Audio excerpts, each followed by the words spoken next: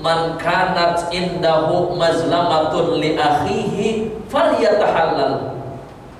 Kalau kita nih sekarang hidup di alam dunia punya kezaliman, baik disengaja ataupun tidak, apalagi yang disengaja, falyatahallalhu, mumpung ajal belum tiba menghampiri kita, cepat-cepat kita minta untuk dihalalin, Pak. Baik hubungannya dengan keluarga kita, dengan tetangga kita, dengan saudara kita, dengan teman-teman kerja kita, dengan teman-teman di masyarakat kita.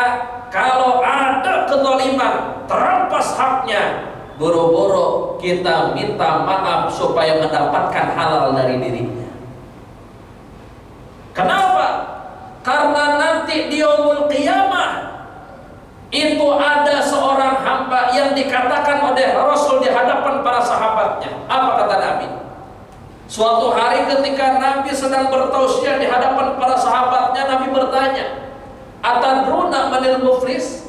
Hai sahabat-sahabatku, apakah engkau tahu siapa mereka orang yang bangkrut itu? Ya kita makan orang biasa, coplos aja jawabnya. Ya Rasul, al-muflisu fina man la mata'ala wala dirhamala. Orang yang muflis, bangkrut itu orang yang kalau melakukan perniagaan modalnya kagak kembali, gak dapat untung, apalagi modalnya gak sampai kembali gulung tikar. Itu yang bangkrut wahai Nabi? Bukan. Terus siapa wahai Nabi? Al-muflisu min ummati, kata Nabi, orang yang bangkrut dari golongan umatku nanti adalah man ya'ti yaumal qiyamati, dia datang nanti di yaumul qiyamah dengan pede dan bangga menghadap Allah Ta'ala, bisolatin, dengan pahala solatnya. Solat malam gak pernah ketinggalan, solat wajib selalu dilaksanakan berjamaah lagi. Bangga seakan surga dengan dirinya, diraun hanya satu jengkal, satu hasta saja. Wasaumin, dia pun juga ngadep sama Allah Ta'ala, bangga dengan pahala puasanya. Senin Kamis gak pernah ketinggalan. Puasa wajibnya lebih-lebih selalu istiqomah dia lakukan. Pede seakan surga dengan dirinya, illa diraun, hanya satu hasta saja. Wasodaqatin wa zakatin, bangga dengan pahala sedekahnya, tadi sedekah, bangga dengan zakatnya. Bahkan bi umratin wa hajjin, bangga dengan tiap bulan bolak-balik membawa jamaah melayani tamu Allah. Hajinya, umrohnya dia banggakan di hadapan Allah Ta'ala. Wa ya'ti, tapi dia juga datang menghadap Allah, wa qad syatama hadza wa qadhafa hadza wa akala mala hadza, subhanallah, wa safaka dama hadza. Kata Nabi, dalam satu waktu dia pun menghadap Allah Ta'ala, ternyata membawa beban dosa. Apa? Memfitnah orang, menghardik orang, membunuh orang, memakan harta orang. Ini semua ternyata ada dalam dirinya. Dulu saat di alam dunia dia belum minta maaf, dia minta belum dihalalkan dari orang yang sudah dianiaya oleh dirinya. Ternyata apa? In kana lahu amalun soleh, ternyata kalau ini orang tadi punya amal-amal soleh, kata Nabi, ukhidha minhu biqadri madlamatihi, akan diambil itu amal-amalannya biqadri madlamatihi, sesuai dengan kadar kezolimannya. Semakin banyak kezolimannya, semakin banyak pula amal soleh yang akan diambilnya. Tapi kalau sedikit, apalagi dia punya tapi dia buru-buru minta maaf, kalau hubungannya itu harta yang kita ambil, kembalikan hartanya. Kalau kehormatannya yang diinjak-injak oleh kita, minta maaf, terus terang kepadanya dan ceritakan apa yang sebenarnya. Maka kalau hakul adami sudah selesai, ampunan dari Allah Subhanahu wa Ta'ala pun akan diberikan kepada kita sekalian. Terus pertanyaan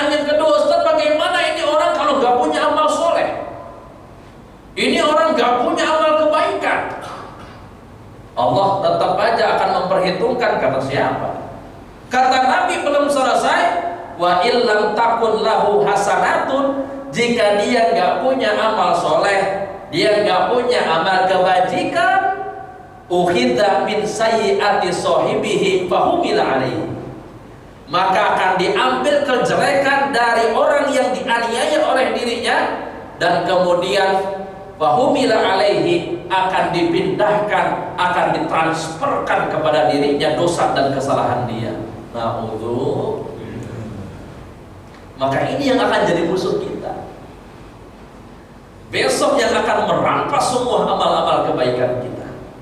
Karenanya hadirin, kita jangan dulu merasa bangga dengan amal kebaikan yang kita selama ini istiqomah kerjakan, sehingga kita mengklaim diri kita yang paling mulia, yang lain semua hina. Salah besar. Jangan merasa puas apalagi cukup dengan ibadah kita, sholat malam kita, Senin Kamis kita, sedekah kita, umroh kita, haji kita, seakan kita itu besok mati bakal masuk ke dalam surga. Tidak jaminan. Seakan besok kita mati husnul khotimah. Tidak jaminan. Karenanya hadirin Bapak Ibu jamaah yang dimuliakan oleh Allah, sebagai penutup kajian kita siang hari ini, itu di dalam sebuah kitab diceritakan ada dua orang, statusnya si A itu adalah orang yang teraniaya, si Fulan yang kedua, sebut aja si B ini orang yang menganiaya. Dia sedang tertunduk lesu di hadapan Allah Ta'ala, sedang berada di depan pengadilan Allah Ta'ala. Orang yang teraniaya itu ngadu begini, Pak, ya Allah, dulu hamba hidup di alam dunia selalu dianiaya oleh ini orang, dirampas hak-haknya saya, dengan kebijakannya, dengan ketentuannya, dengan ucapannya telah merambil semua hak-haknya saya. Terus apa maumu? Aku sekarang ya Allah memohon keadilanmu, berikanlah keadilanmu kepada hamba. Apa maumu? Aku ingin sebagai balasannya menuntut keadilanmu ya Allah. Kalau seandainya dia punya kebaikan, dulu di alam dunia dia pernah sedekah, kalau dia dulu di alam dunia pernah puasa, pernah haji, pernah umrah, ya Allah, sebagai balasannya pindahkan tuh kebaikan dia kepada saya. Apa jawab Allah? Hei Fulan, kamu ngarep sesuatu yang mustahil. Kenapa wahai Allah? Karena ini orang hidupnya belangsak, boro-boro melakukan kebaikan, sholat gak pernah. Dia nyesal kan ya Allah.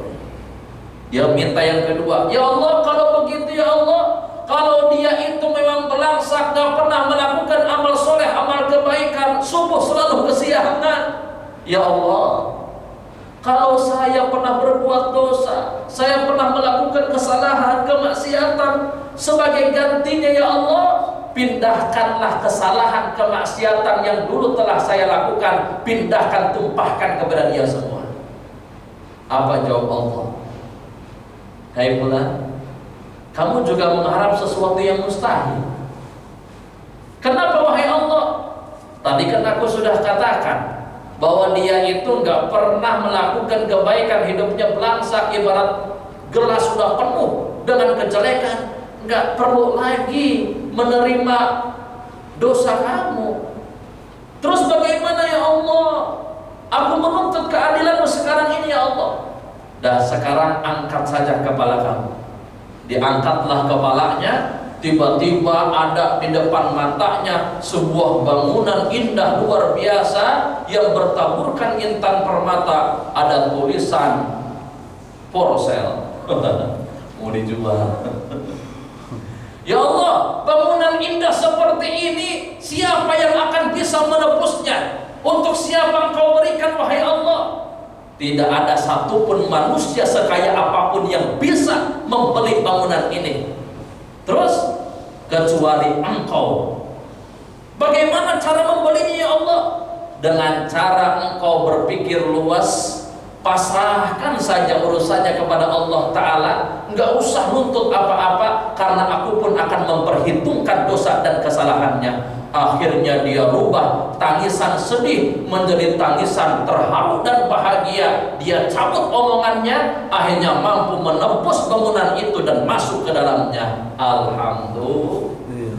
Maka yang sudah merasa teraniaya juga jangan guguh, nggak ada kata maaf lagi bagimu. Wah, ditutup tuh pintu maaf. Naudzu. Insya Allah mudah-mudahan kita dari 4 perkara ini bisa menggali hikmahnya, kita bisa terapkan dalam kehidupan kita sehari-harinya, kita bisa mengambil ibrah yang luar biasa untuk semakin lebih mantap dalam menjalankan ibadah dan ketakwaan kita kepada Allah Subhanahu wa Ta'ala. Amin ya rabbal alamin. Sebelum ditutup, ada pertanyaan, disilakan. Baik, alhamdulillah kita telah menyimak kajian hari ini.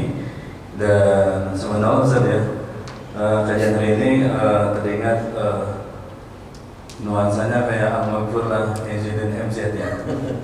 Jadi retorikanya dari cara penyampaiannya. Alhamdulillah.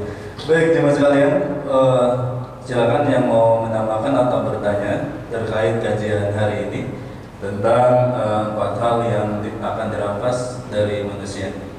Tafadhol. Ada yang mau bertanya atau menambahkan?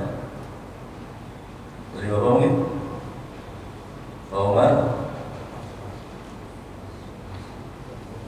Yang di belakang mungkin yang mau bertanya? Atau dari jemaah ibu-ibu yang di dalam?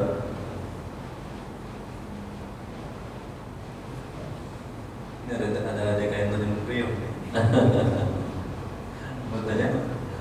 Pak Andi? Yang biasanya kalau nggak bertanya ada 2 kemungkinan, Ustaz. Iya. Ada yang memang nggak ngerti sehingga bingung apa yang ditanyain.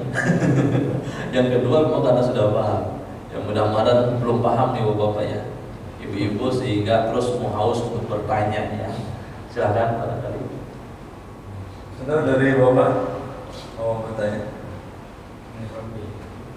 Teman-teman Pak Umar.